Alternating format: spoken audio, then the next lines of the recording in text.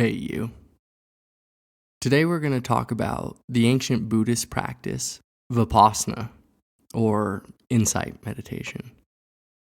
Now, just to be clear, this is an entirely secular practice. It doesn't require you to adopt any beliefs dogmatically. It doesn't require you to abandon your faith if you have one either. And in fact, the practice might even allow you to pull more out of your faith. It's actually a common experience for people after practicing Vipassana to open to new dimensions of their faith or to see aspects of it in a new light. But again, the practice is a secular one. So it doesn't matter if you're an atheist, a skeptic, a non-believer, or the Pope. The only requirement is that you're human, that the light of awareness is on, that the awe-inspiring space of experience stands before you with all its majesty and mystery. Vipassana, or insight meditation, is merely a means for investigating the nature of one's own mind. It cultivates mindfulness. It increases and expands one's awareness. The Dalai Lama himself said that Buddhist teachings aren't a religion. They're a science of the mind. The Buddha wasn't a god. He was a human being who saw suffering in the world and was compelled by compassion to understand and relieve it. And in the end, after an unyielding commitment and devotion to this problem, he not only discovered a lasting peace, but he experienced some fascinating insights about the nature of the human mind, which once grasped, not conceptually or as an idea, but once witnessed directly in one's own experience, can lead to a radical transformation of one's being in the world. This wisdom, these teachings and insights have now been passed down, explored, tested, and expanded for 2,500 years, and are now even being corroborated with the rigorous methods of Western science.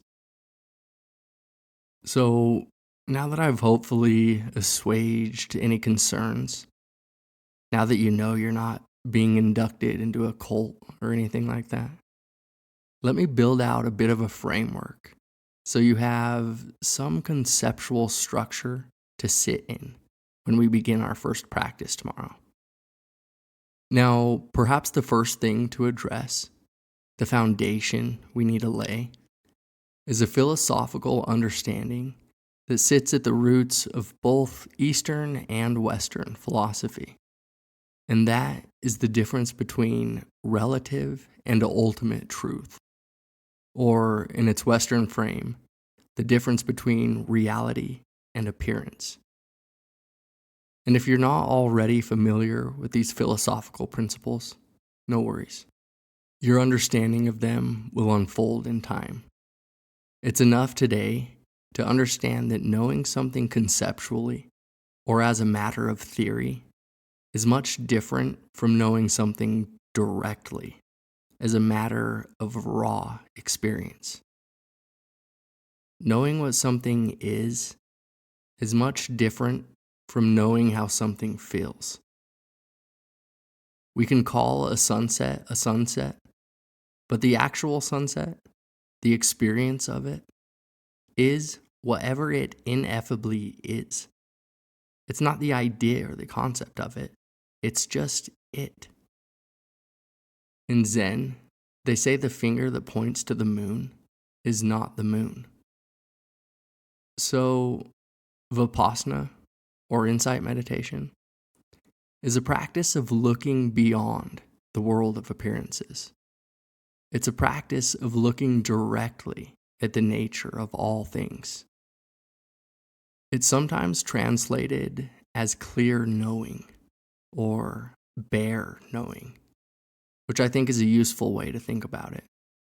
To observe, to feel, to see clearly and directly the raw data of experience, to see things not as concepts or ideas, but to know them directly. So, just as when Jesus invited us to learn to see again through the eyes of a child, Vipassana asks us to see the world as it is, without concepts, without biases and judgments clouding the raw experience of it. It invites us to step into the foundational and inexplicable wonder of all things. But the practice doesn't stop here. The deeper wisdom in the practice also invites us to live in harmony with reality, to live in harmony with truth, with natural law, with the way things are. And I don't mean as dogmas to be believed, but as truths to be investigated and known directly in oneself. Another way to think about the practice, then, is to think about it as a path of opening to the world and to all the dimensions of ourselves, including the mind-body process. And then to step into these truths and rhythms, to be at one and at ease with them. We learn to open to the body, to its constant flow of energy. We learn to open to any areas of tension or tightness, to accept them, to relax into them, and to free them. We learn to open to and refine our senses. When the mind placates, when it gets quieter and more focused with practice, the world of our senses becomes increasingly vivid and bright. We realize that we had been closed off to so much of the world around us. We also learn to open to our feelings and emotions.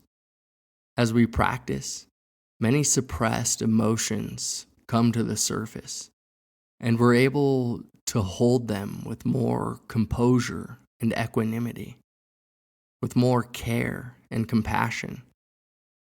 And so we begin to open to the complexity and richness and fullness of the human experience.